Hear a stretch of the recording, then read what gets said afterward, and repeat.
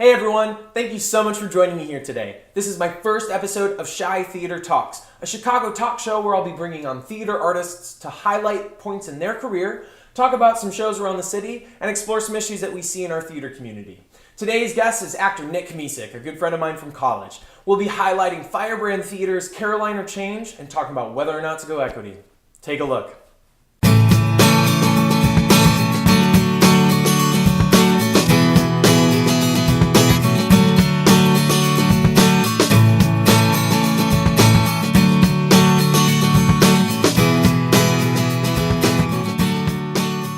Here with my good friend Nik Kmiecik. Hi guys.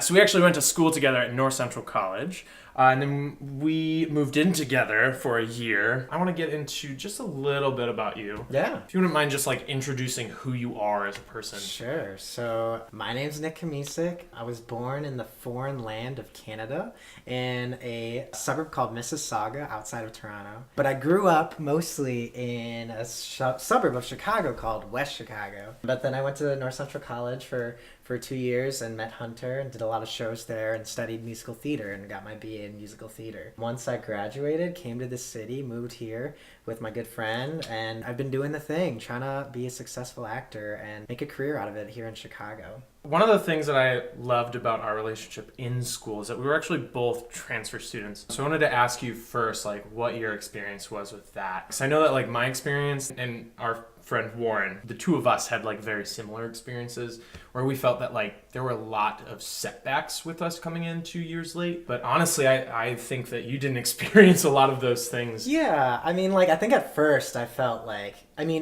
whether it be elementary school, middle school, or even college, like, moving from one school to another is always tough. You know, you build a community of friends, you learn your teachers and professors so well. But for me, I saw a lot of opportunity at North Central, and they were very friendly with, like, getting me there. And as it's like my first couple weeks, it was definitely hard, like transitioning. First of all, I was used to be on a semester schedule, then going to trimester. That was not fun. Yeah. Oh gosh, I haven't really thought about that in a while. Yeah, fun So fact, if you don't know, North Central is a trimester school, and the terms are 10 weeks instead of 16. It's true. And that was crazy. It was intense. I mean, like, you have to do a lot more in a short period of time. I actually think that benefited me personally. I think I liked the trimester a lot better. Yeah, I think so too. I mean, yeah, it's definitely one school of thought, but a fun fact, North Central is actually going to semesters in, like, the next coming year. Yeah. Oh, I hate that. I know, right?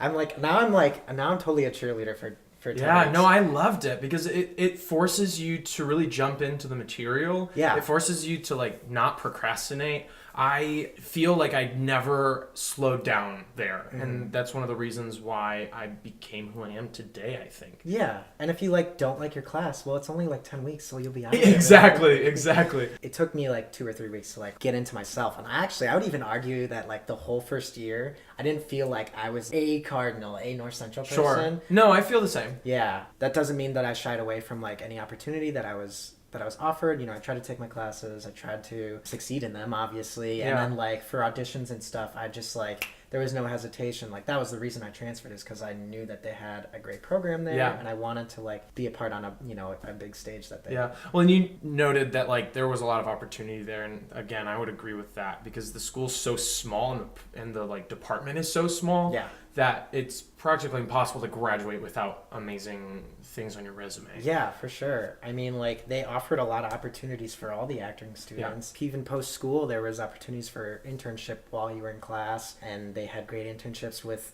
American Theater Company at the time, which is no longer around, unfortunately.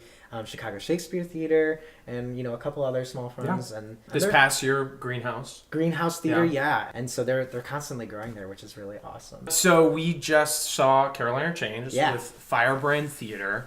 The thing that I want to say, the first thing is that they're the world's first feminist equity theater company in the whole world. And when I told this guy this, he did not believe me. I was like, what? And I understand why he didn't believe me, because, like, in the whole world? In 2018, how is that possible? Right. But that's, like, That's their like tagline. That's their selling point. Which is great. I mean, like, yeah, in 2018, it's bizarre you think there would be a lot more feminist theater companies, and like there should be more feminist theater companies. But it's so good. It's so good that we got that Chicago, the city of Chicago. It's so Chicago for that to happen. You know what I mean? The thing that's really cool about them is they strive to hire as many women as possible. Their production team is primarily women. So I've seen all 3 of their shows so far. They're in their 2nd season right now. And I don't know, I've not been disappointed. I really love the work they do. I think it's really up to par with like the big dogs in Chicago. I think they're doing some really beautiful work. And well, it's really hard to even just start an equity theater company in Chicago. In general, so it's like, so kudos to them that they're really, working hard to, get actors seen and produce a quality of work that they really well, in their first show, Lizzie, that show did so freaking well. It was their first one. It's cool to see both the theater community and the Chicago community support something like a feminist theater company. Yeah, I mean, what they've done, Lizzie, they've done 9 to 5, and now they're doing Carolina Change. Yeah. What do you think were your favorite parts of the show? Well, let's make it clear. We saw it in their first preview. Yeah, we saw the very first preview. So things have probably changed.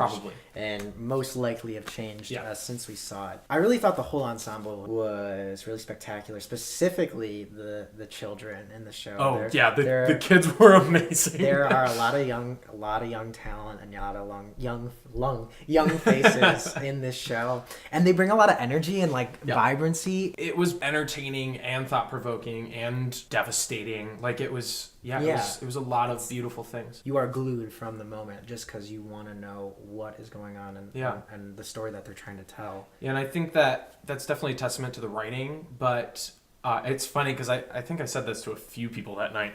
I've never seen the show before, so I have like no context to know whether or not like this was a good production of the show. Yeah, it's always fun to see a completely new show that you've never seen before. You're like Play-Doh, right? You can just like kind of, or even like you're like a sponge. You can just kind of absorb everything. Sit back and and like when you see a show that you done before or you've seen a lot of times, those things are always in the back of your mind. You always are trying to like compare or like try to be like, oh well, what's different in this production that makes it unique.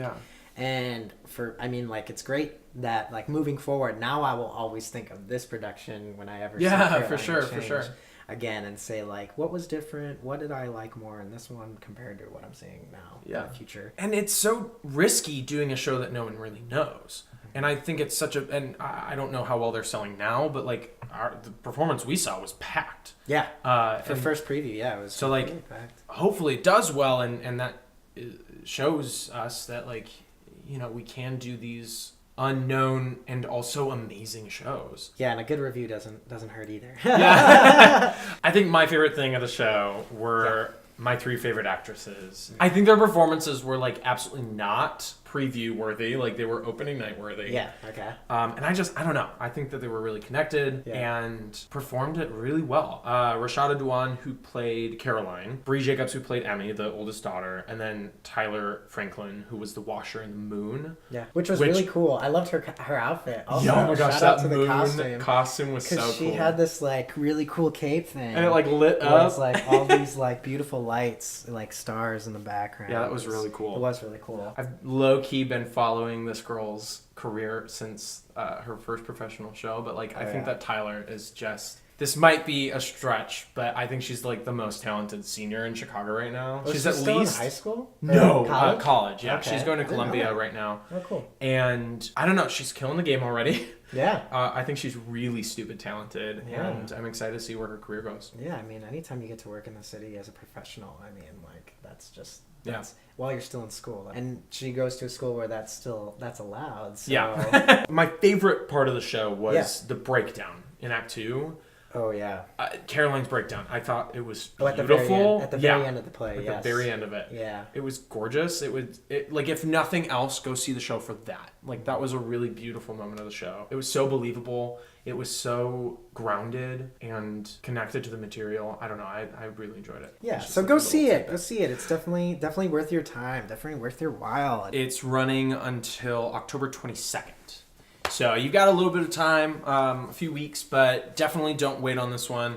I have a feeling it's going to sell out just like Lizzie did, just based on the content of the show. Yeah. I think that it's going to go over well with Chicago audiences. So speaking of Equity Theaters, I know that you recently got an email from Equity saying like, hey, you're eligible, go Equity, please. Yeah. And we just talked about like how you're thinking of not doing that for several reasons. And I think that is a decision that almost every theater artist faces. Not theater artist, theater actor faces. Yeah. I guess my first question is like, what brought you to this, first of all? Yeah. Specifically, how did you get to the point of Equity asking? My first ever professional gig in Chicago was working at Chicago Shakespeare Theater as an intern through North Central College.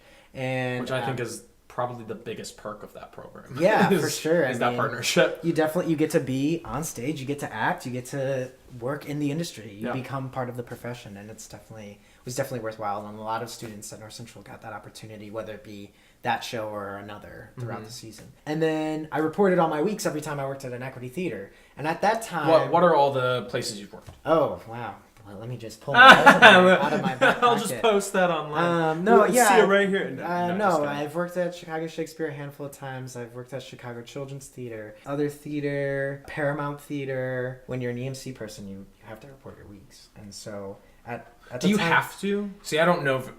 Honestly, I know the amount that you need to know in order to jump into a career. But I've actually never worked at an Equity Theater. Well, so do you have to report them? I think you have an option of reporting as an EMC. Okay. Reporting your weeks, or you can fill out what's called a local jobber, which is just saying I am working at this theater as a non-professional actor, basically as my hobby. I don't know. I think you're supposed to, and I did every time. I'm not entirely sure if they're you shouldn't be doing that. But yeah, so, I mean, I'm sure they want people to, because honestly, the more people that are a part of the union, the stronger better. It is. Yeah, and I agree, and I wholeheartedly agree. When I joined, it was you get 50 weeks to report. Once you meet your 50 weeks, you are EMC complete. Right. And then that's where I'm at right now. So I've worked 50 weeks. Did they change it to 25 though? So yeah, now I think it was a year ago almost. I remember everyone talking about that. Right. Well, they sent out an email that was hey, if you have 25 weeks, we're giving you the opportunity to join the union. Was right that now. Short term? It was that opportunity. Yeah, they sent out an email and it was you have 2 weeks to decide if you want to join. Okay. I'm probably butchering it, but it was something like that. Sure. Every EMC candidate got an email. So at the time I was I'm not ready yet. I want to get my 50 weeks. And then you got there. And then I got there, believe it or not. Yeah. So, but now what they're saying, what that email was saying, you can join right now for what it costs to join right now. It was a specific amount of money. You can join right now if you have 25 weeks. But once this date ends, the new year starts, it's going to cost this much to join the union, which was a lot more. Okay, so it was kind of money, but it was act now. It was it's an advertisement. Call us now. You get 50% off. Yeah, for 5 easy payments, you can join the union right now. So like I said, I wasn't ready yet. I wanted to get my 50 weeks, and over the course of another couple months or so, I did, which is great. And now I'm at this part where I'm EMC complete. If I work at an Equity Theater, it has to be under an Equity contract. Now, that doesn't mean that I have to join the union. I can defer to join the union. So right now, not being Equity, but with the weeks, you have to be under an Equity contract? Working at an Equity Theater. Right, yes. Yeah. So how long does that last? I mean, as long as you want until you defer it. I mean, I get 5 years until my weeks. I didn't realize it was so long. Yeah, I know. It's a long time. Why don't I know these things? Well, I mean, I'm not an actor, so... To be honest, I don't want to say anything bad about the union, but a lot of this information is hard to you go to their website and it's you really have to you have to get this information from or talk to an actual person who's part of the I think that's where most people get their information is from other actors, other stage managers. Yeah. I didn't know anything about Equity until college, until I had honestly my favorite dance teacher, Amy Orman, come in, and we were fortunate enough to work with her for a term, and she talked to us about Equity. She talked to us about self-teaching and all these things. And so I learned a lot from her. Thanks, Amy. Shout out. I don't know you, but good job. So I didn't know anything until then. Yeah, the information's there. You just you have to seek it out. And, I mean, it's the the union's growing day by day, So it makes it easier to get the information. Are you? So I know that we talked about you not knowing quite what you were going to do. Yeah. Like, is your decision right now whether or not to defer or whether or not to take the union offer? Well, like what? I think what exactly are you I deciding? think I have to right play. I have to play it by contract basis. Okay. Like the next time I work at an equity theater, which who knows when that'll be, I have to decide if I'm ready to join the union. At the end of the day, you're another day older. When you are ready to join the union has a lot of great benefits and offers. Right, honestly. And I know a lot of people who are part of it, like they have healthcare, they actually make a living, like It's definitely, and you feel like you're a part of something a little bigger. So what's holding you back? It's a good question. That's something I'm still like really thinking about. Sort of grasping. Right, because they make it seem like when you've done your weeks, when you've worked so much time at a theater, that you are of a quality or of a caliber or which you are. Like that's. Thank you. That's really kind of you to but say. Like honestly, like both you are and like your work speaks for itself. Like there's a reason you're getting cast at equity theaters. Well, I would hope so. You know what I mean? I would hope so. Yeah, and like that's the thing. Like every person is different, but every theater is different. Not every contract is the same either. Like you don't have to worry about them like being like, oh, well, you can't afford $800 a week. We can't cast them. There's tiers of equity theaters, exactly. Right? So like each theater is a different size and offers different contracts. Yeah. Well, not size, but like operates under a specific contract. It's like there's so many variables. There's so many things you have to think about. And like for me, like I just want to keep it easy right now. Yeah. And I think most people, like that's the mindset that they're under. And I know you said the other day, like you're worried about casting in general. And I think that's like the general consensus of when people are worried about going equity or not deferring or whatever it may be. They're worried they're not going to be getting the roles they're getting. They're worried that like they won't get anything and then they will no longer be able to work non-equity. Like there's those concerns, and I think that's a pretty universal feeling. Yeah. The most common thing that people say. That they say, like those are all things that I think about. Another thing I think about is like I've built a lot of connections and I've worked at a lot of great non-union theaters, and I'm not sure if I want to give all that up because once you become equity, you can't work at a non-union theater anymore. And, Now, is your end goal making a living as an actor? Yeah, absolutely. And I think like joining part of the union is definitely a step in that career path. It's like it's the a necessary step. So it's just kind of inevitable, right? Yeah, but it's just when the timing is right for me in my career. I think that the decision would have been easy for me if my career like took me in that direction. If I had ended up working at equity theaters as an actor, like I don't think I would have gone equity at any given time. Because that just like was never my career path. Like that wasn't the thing that I really wanted to do. Right. I mean, what I do now as a teaching artist, like that's the thing that I love. That's the thing I'm good at. At the end of my education, the end of my college experience, that's the thing that I really decided to pursue intentionally.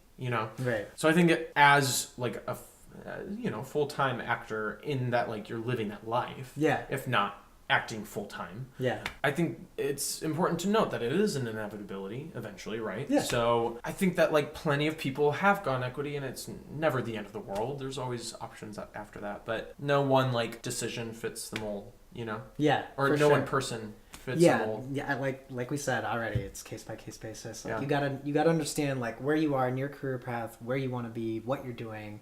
How much you're doing it, and really if it's the right choice for you. Yeah. Thanks so much for joining us. Yeah. This was again the first episode of Shy Theater Talk. If you liked what you see, go ahead and give us a thumbs up. Don't forget to subscribe. We will be doing more videos just like this. Unfortunately, not with Nik, even though we love him. Hopefully it's gonna be a new theater artist every time. If you have any questions, comment below, and maybe we'll answer them. Yeah, if you have any comments about anything we said, definitely start a discussion in the comment section. We'd love to see what you think. Yeah. Bye, guys.